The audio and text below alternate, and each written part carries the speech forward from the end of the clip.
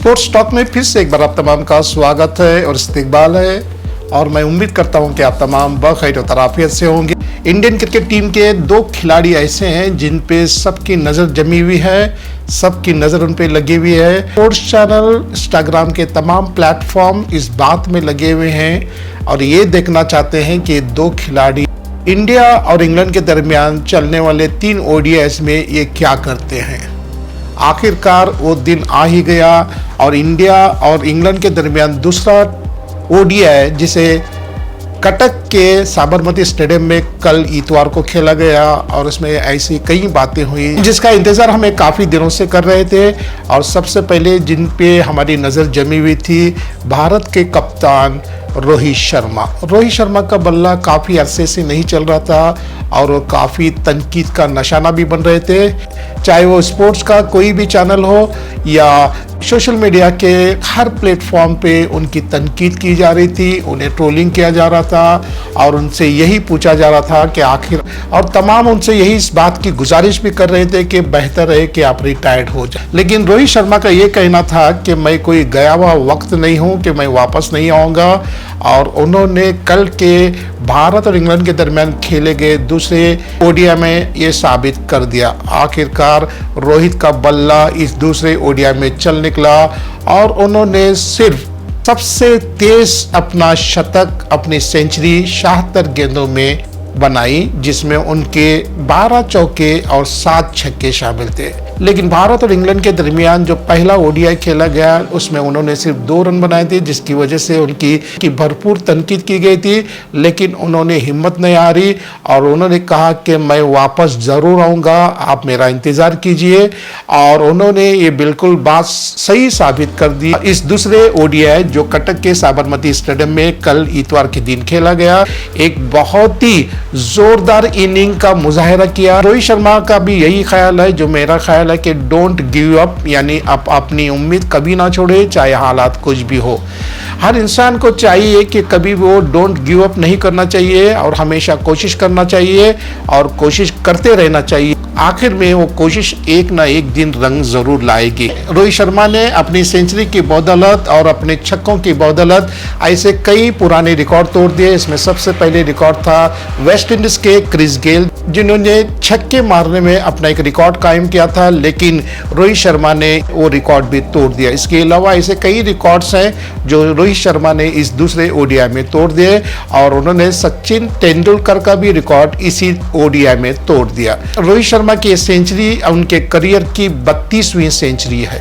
शुभमन गिल ने भी अपने खेल का बेहतरीन मुजाहिरा करते हुए 52 गेंदों पे 60 रन बनाए, जबकि अक्षर पटेल ने 41 रन बनाए और सुरेश अय्यर ने भी 44 रन बनाकर रन आउट हो गए।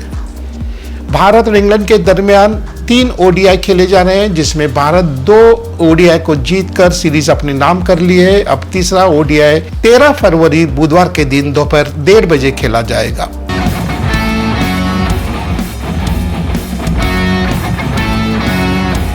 अब बात करते हैं विराट कोहली की। विराट कोहली के बारे में कई लोगों का ये कहना है कि वो खेल भूल चुके हैं और एक ही गेंद पे वो आउट हो जाते हैं। जब भी वो खेलने के लिए आते हैं तो सबका यही गुमान होता है, सबका यही ख्याल होता है और स्टेडियम के तमाम क्राउड में से भी यही आवाज आती है। विराट कोहली को जल्द आउट करना है तो बॉलर को चाहिए कि अगर 5th स्टंप पे उन्हें बॉल कर दिया जाए तो विराट कोहली जरूर आउट हो जाएंगे और कल के मैच में भी यही हुआ।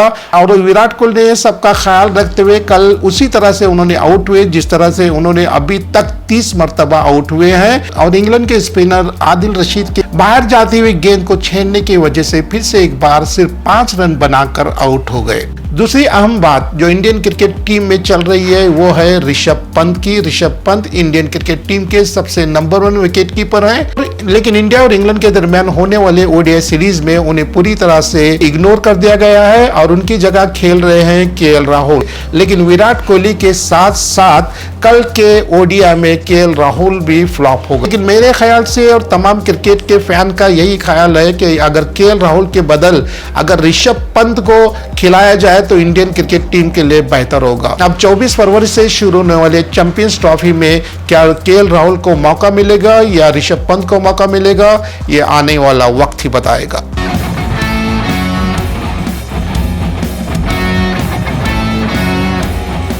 अब बात करते हैं ऑस्ट्रेलिया और श्रीलंका के दरमियान टेस्ट के। पहला टेस्ट ऑस्ट्रेलिया ने बहुत ही शानदार तरीके से यानी एक इनिंग्स और 224 रन से एक करारी शिकस्त श्रीलंका को दी।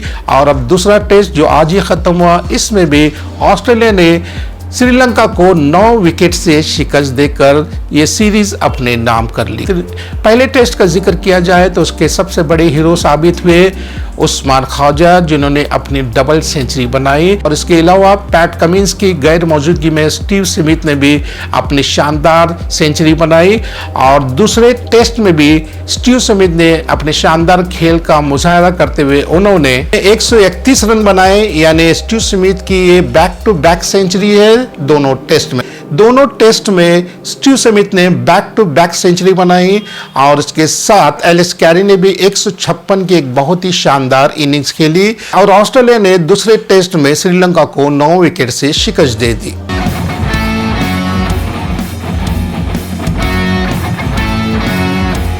अब बात करते हैं पाकिस्तान की, जहां पे चैंपियंस ट्रॉफी से पहले एक ओडीआई सीरीज खेली जा रही है। ओडीआई सीरीज में 3 ममालिक शामिल हैं, पाकिस्तान, न्यूजीलैंड और साउथ अफ्रीका।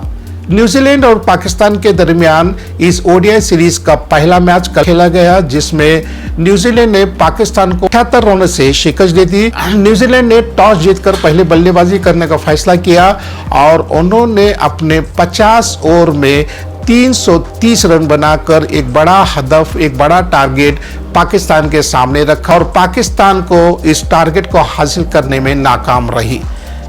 न्यूजीलैंड की तरफ से 6ठे नंबर पर आने वाले ग्रीन फिलिप्स ने अपने खेल का बेहतरीन मुजाहरा करते हुए 106 रन बनाए, जबकि डैरिल मिचेल ने 81 रन बनाए। पाकिस्तान की तरफ से सिर्फ एक ही बल्लेबाज ने अपने शानदार खेल का मुजाहरा करते हुए फख्र जमा ने 84 रन बनाए, जबकि सलमान आगा ने 40 रन बनाए। इसके अलावा रिजवान और बाबर आजम बुरी तरह से फ्लॉप हो गए। पाकिस्तान और न्यूजीलैंड के इस पहले वनडे में न्यूजीलैंड ने अपने 50 ओवर के आखिरी 10 ओवर में 130 रन में 10 छक्के और 7 चौके लगाए गए।